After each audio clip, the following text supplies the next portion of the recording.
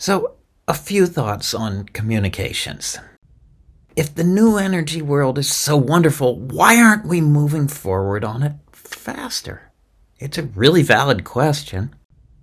This came out in 2024 from the North Atlantic Treaty Organization, NATO. You're welcome to stop this and read the text if you'd like, but the key part is at the bottom. They found that Kremlin-backed, that is, Russian actors, are pushing climate change denialism. They are actively attempting to derail climate change mitigation policies and renewable energy investments.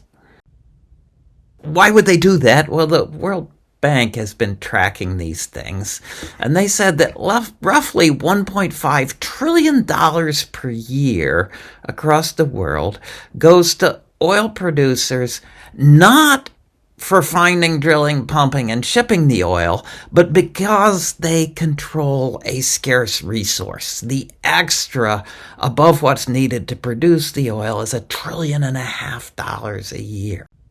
The cheapest oil producers can probably make it for $5 a barrel, and they're getting something vaguely like $75 a barrel. And that might be a really strong reason why some actors, Russia and others, could be working to block progress on this. In addition to this gross misinformation, though, there really are issues that really do matter in the energy transition. The change won't be easy. There are things we have to learn yet. There are some things that won't work beautifully initially. It took us a century to learn how to handle most of the explosions and the leaks and the carbon monoxide and all these other problems that come with fossil fuels, which are really huge and dangerous. It's likely to take us at least 30 years to replace that with something even better. And, for example, even though we will get more good jobs by doing the transition right, some people will lose jobs as we switch. And either we take political actions to help them, or we will have some unhappy people, mostly concentrated in certain places. This map was published in the Proceedings in the National Academy of Sciences, and it's showing how much CO2 is produced per year by a typical job in each county in the U.S. So this is tons of CO2 per year from the average job in each county. The bluer ones as low as 1.5 tons. The redder ones as much as 2,000 tons. Now, there is a cost to society of this, the cost to health, the cost of climate change. The paper took an estimate of what this cost is and then applied it to the CO2 from the jobs. The lowest one's below $400 for a job for the cost to society of the warming from other things from the CO2. The highest one's almost $500,000. All right? So I hope it's evident that relatively few jobs produce most of the CO2, but those jobs are very important in some counties. And either we do things politically to help people in the transition, or there will be very strong unhappiness in some places. Now, a few thoughts on communicating this.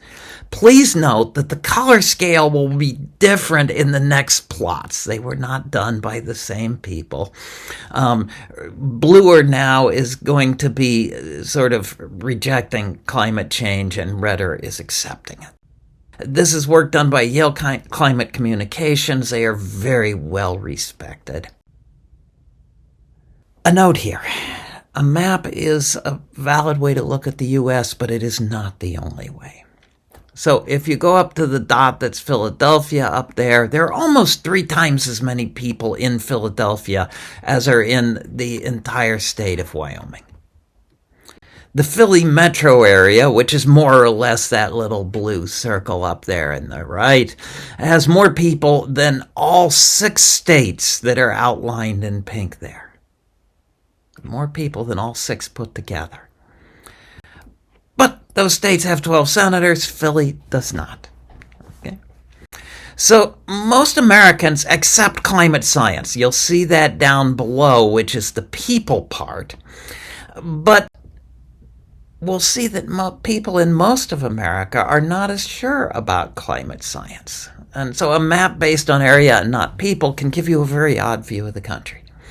So this one asks, is global warming happening? There's a couple of counties that said no, but most places said yes, and most people certainly said yes.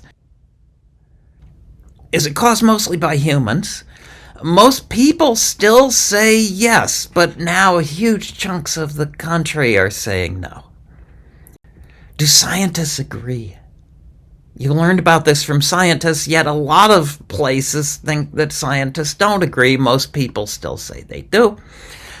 Somebody probably paid a lot of money and a lot of effort to confuse the public about this one. Are you worried about it? The worries are actually somewhat higher. That probably reflects reality. Should we look for solutions? Should we help find solutions? The moment we move from problem space to solution space, it's a very different view. When you get a job, the boss does not say, bring me your problem. The boss says, bring me your solution. And that's what America is saying, bring me your solution. But are you talking about it with your neighbors? There's 1 or 2 counties that more than half of the people are, but that's just about it. We're not talking about it anywhere. This is, you might say this is the Uncle Ed effect.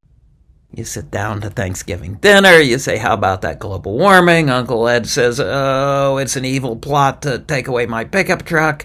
And you say, it's okay, Ed, just calm down and pass the potatoes, and how about the Steelers? All right. So many people believe that we can successfully solve problems that they deny exist. And you just saw it there. Very few are talking about it. And personally, I think there's a real lesson here, and that communicating on solutions, finding the good as well as the bad, is really important.